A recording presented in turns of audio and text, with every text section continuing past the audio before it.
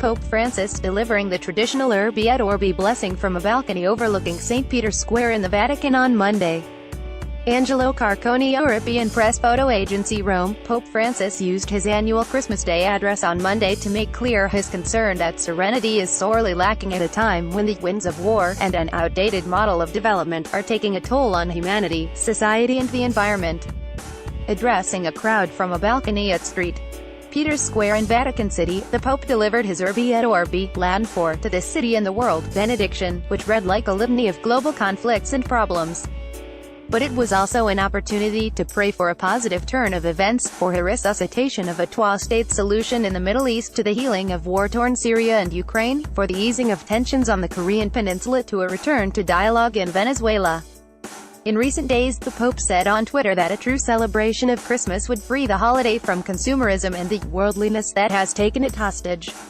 Let us free Christmas from the worldliness that has taken it hostage. The true spirit of Christmas is the beauty of being loved by God.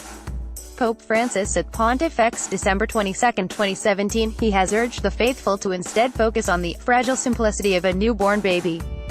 That's where God is. It was that image that he returned to in his Christmas remarks, urging Rome and the world to see the baby Jesus in the children of the Middle East who continue to suffer because of growing tensions between Israelis and Palestinians. He said he hoped that international players of goodwill would help resume a dialogue so that a negotiated solution can finally be reached, one that would allow the peaceful coexistence of two states within mutually agreed and internationally recognized borders.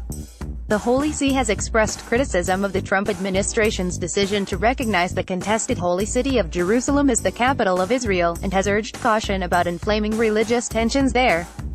The Pope noted on Monday the enduring clashes in Iraq and Yemen, where, he said, there is an ongoing conflict that has been largely forgotten. Francis, who has spoken with great concern about the sharpening language between President Trump and North Korea's leader, Kim Jong-un, prayed that confrontation may be overcome on the Korean Peninsula, and that mutual trust may increase in the interest of the world as a whole. He urged the world to contemplate the children of African nations including South Sudan, Somalia, the Democratic Republic of Congo and Nigeria, and he recalled the children he met in his recent visit to Myanmar and Bangladesh.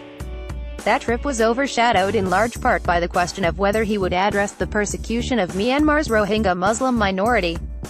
He ultimately did, but only after leaving Myanmar.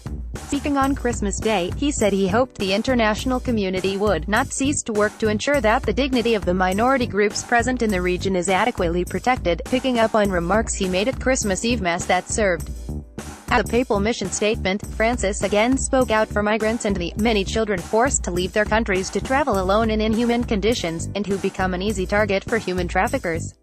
Follow Jason Horowitz on Twitter at Jason Horowitz.